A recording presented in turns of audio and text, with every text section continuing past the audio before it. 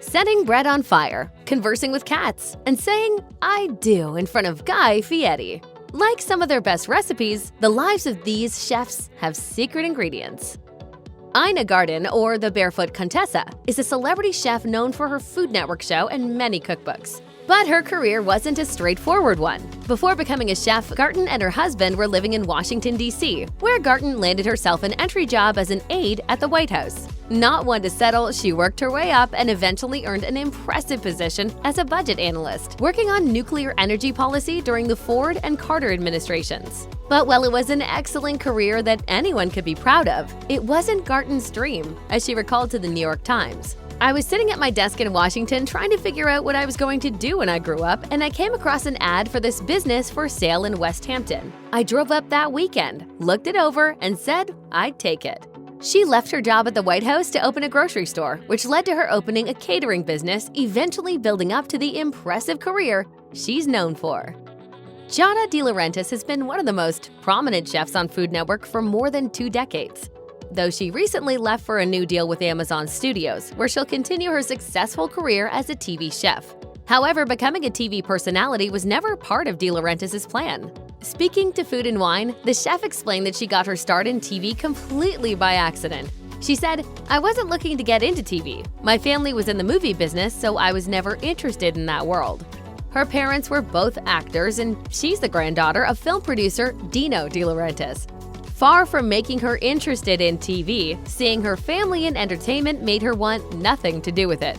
De Laurentiis had hoped to become a food stylist and was discovered while helping her friend style for a Food and Wine shoot.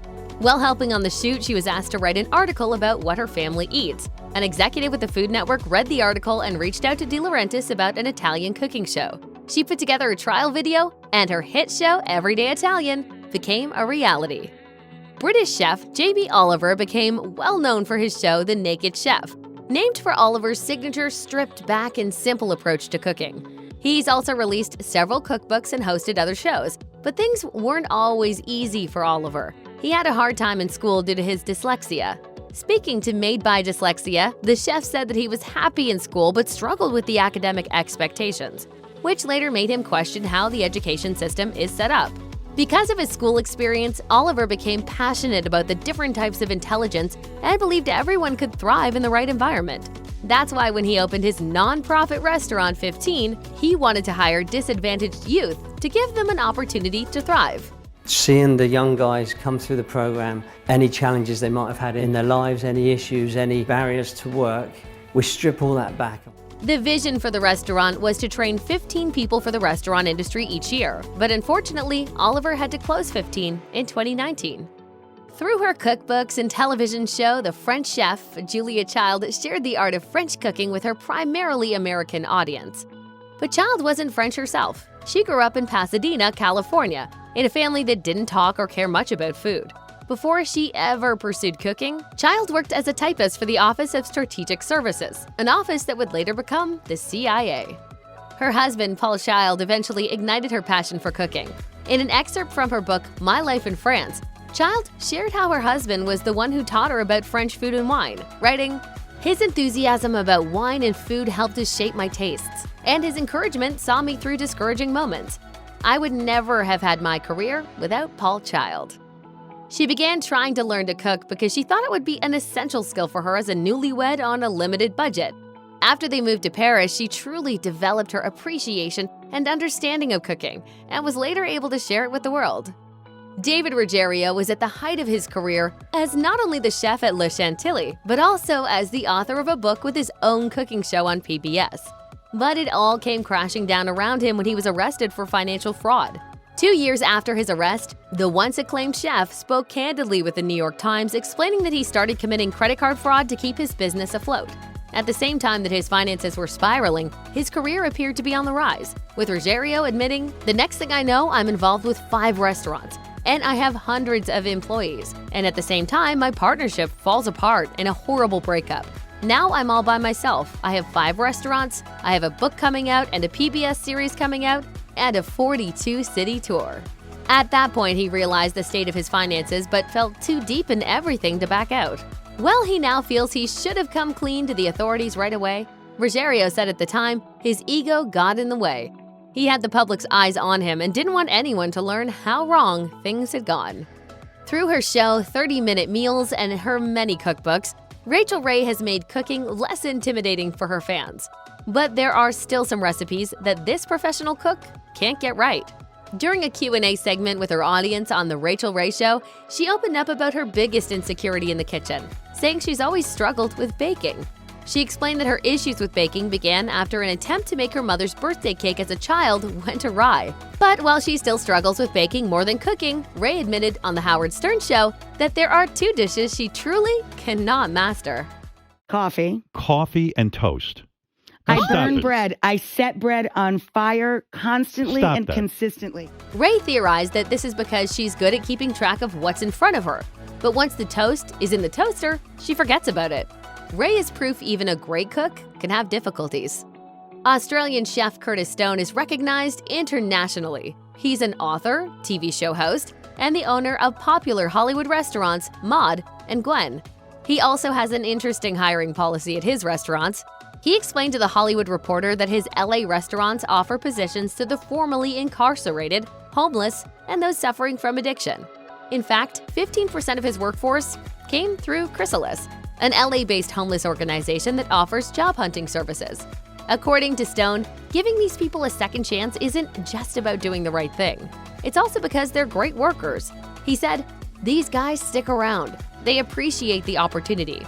Our experience has been a really positive one where they've committed to be loyal, long-standing employees." When hiring, Stone said he doesn't make passing a background check part of the criteria.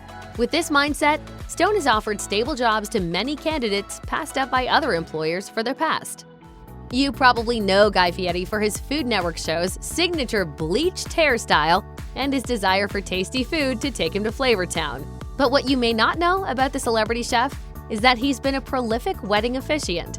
In 2015, the host of Diners, Drive-Ins, and Dives officiated not just one, but a massive 101 same-sex weddings in Florida. This was done through a mass ceremony held on Miami Beach to celebrate Florida lifting the ban on same-sex marriages. The 101-couple wedding was organized by another celebrity chef, Art Smith. Time magazine reported that many other chefs who were in town for a food festival helped out, but Fieri was the actual officiant of the event. After Twilight actor Kristen Stewart announced her engagement to her longtime girlfriend Dylan Meyer, she joked about having Fieri officiate the wedding. Well, on the Today Show, Stewart was surprised by a video of Fieri taking her up on the offer. Guy Fieri here, and I've heard through the Flavortown grapevine that you are looking for a sweet, spiky-haired officiant for your wedding. I'm all in. Ree Drummond, aka the Pioneer Woman, is known for the comforting family-style recipes she prepares in her ranch kitchen. While many of her children have grown up and moved out, everyone in the family shares a passion that brings them back together in the fall. Speaking to Parade, Ree joked, "If it weren't for fantasy football, I don't know what we'd talk about." Both Ree, her husband, and all her kids are football fanatics. For their family, fall and football are inseparable. Along with being a fan, she's also a supportive mother for her son Todd's football aspirations. Ree shared with People magazine that she and her husband were focused on getting their youngest to college and helping him through football recruitment. Successful TV chef of Hell's Kitchen, Kitchen Nightmares, and more, Gordon Ramsay has shared the interesting way he's been staying in shape. Rather than weights or traditional cardio, Ramsay has opted for a more combative form of exercise. In 2016, the acclaimed chef said he uses MMA, or mixed martial arts, to stay fit, telling BBC Radio 4's Today program, "It's something I love doing. I don't do it at home, but I've been into a cage and worked closely with a coach, and it's something I've worked heavily on in the last couple of years." Along with practicing MMA himself, Ramsay is a big UFC fan. He also stepped into the boxing ring with professional boxer Ricky Hatton before giving the fighter a one-on-one cooking lesson. Fans of Ramsay are used to his brash and at times aggressive manner on his cooking shows. He's faced many controversies, including getting involved in an alleged shoving match with a contestant on Hell's Kitchen. Could it be that this intense combat sport is the perfect outlet for him? Bobby Flay is a chef and restaurateur, known for shows like Iron Chef and Beat Bobby Flay. But one thing you may not know about him is that he's a huge cat person. Flay went on CBS Sunday Morning and explained that, like him, his mother loved cats. And he grew up with several in the house. But after moving out, Flay went for 30 years without a cat in his life because he thought he was too busy to take care of one. That all changed when he got Nacho. Flay said he frequently takes Nacho with him when he travels, and he eventually got another cat named Stella. His love of cats has also spawned a new business. Since bringing cats into his home, Flay was inspired to launch a line of cat food, and he joked that the idea came from a request from Nacho himself. You know, you feed everybody else, you know, either in your restaurants or at home or for your cookbooks or your TV shows, basically every single day. Like, what about us? Unfortunately, in late 2023, Nacho died, leaving a cat-sized hole in all our hearts. When Alton Brown isn't hosting a popular Food Network series, you may find the celebrity chef and TV personality taking to the sky. Brown first took flying lessons in college, but soon got busy and didn't return to aviation for a long time. When he did take up flying again, it was more out of convenience than anything else. Brown frequently travels for his work as a chef and TV host, and having to bring all his equipment on commercial airlines was very taxing. With that motivation, Brown trained for his private pilot license. Although he did this for practical reasons, it's clear how much he enjoys aviation. While speaking to the Aircraft Owners and Pilots Association, he said, "I remember when we would go to observation decks just to watch the glory of flight. What is more fantastic than that?"